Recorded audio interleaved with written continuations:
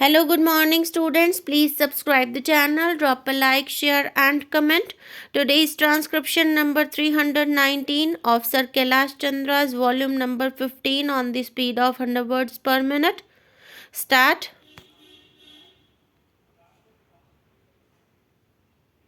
Mr. Deputy Chairman, as my honorable friend Shri Nair said just now that this bill is a good one so far as it goes, and I may add that actually what we have been demanding for a long time by way of such changes in the Act has been embodied in it now.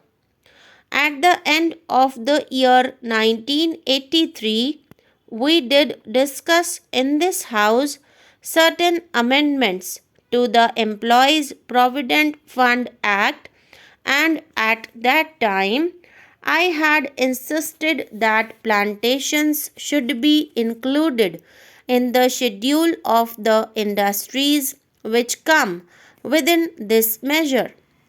Now, at last, this has been done, and now the scope of the Act can be extended by the government to establishments or industries which are not, strictly speaking, factory industries. So, I welcome this measure, but it has come very late. Though it has come very late, I do not say that this measure will not benefit the workers. It will, no doubt, benefit workers.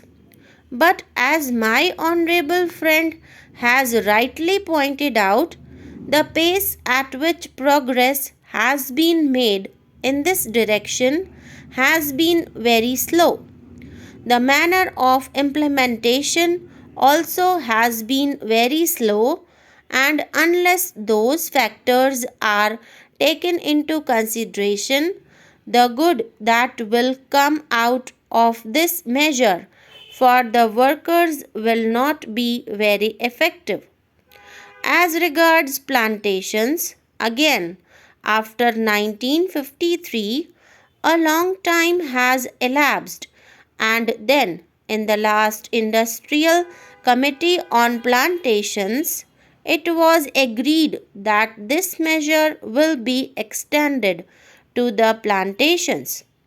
A large number of workers, nearly 1 million or more, who are employed in the plantations were denied the benefit of this act.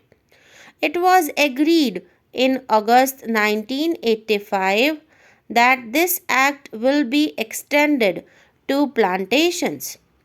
But even after that agreement in the Industrial Committee, in which the planters also were present, and they also had subscribed to that agreement, such a long time had to elapse for bringing forward this amending legislation.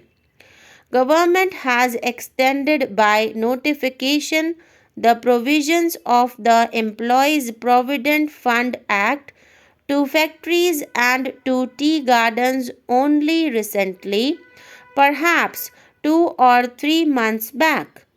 That could have been done immediately after that agreement was arrived at.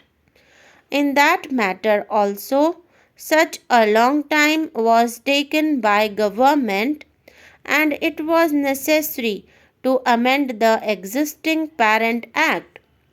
In 1953, when we had suggested the expansion of the number of industries in the first schedule, we also suggested to the government that they should take powers to do so, and that the powers which we were proposing to the government to take could be exercised in consultation with the industries and interests concerned through the industrial committees and other committees.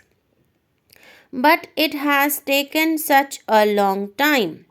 The extension of the provisions of the Employees Provident Fund Act to only the factories and the plantations covers only a very small fraction of the plantation workers.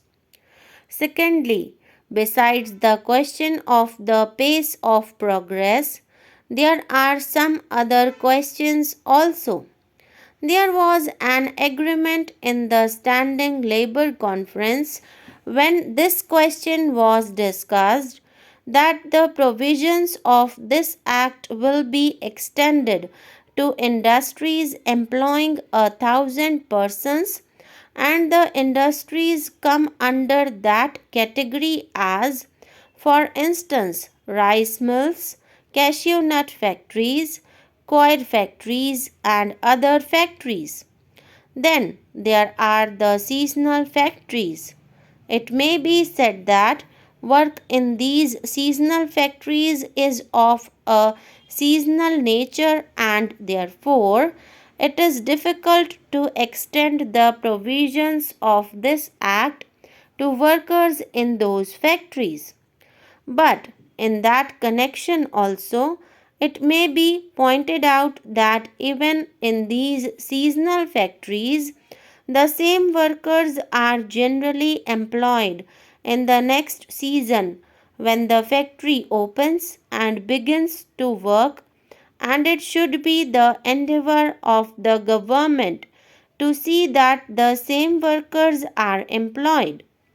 Therefore, the break in the period of work need not come in the way of the extension of the provisions of this Act to these workers. Anyway, it is good that the government has taken powers to extend the provisions of this Act to non factory industries, and I hope these provisions will be implemented without further delay and that the pace will be speeded up.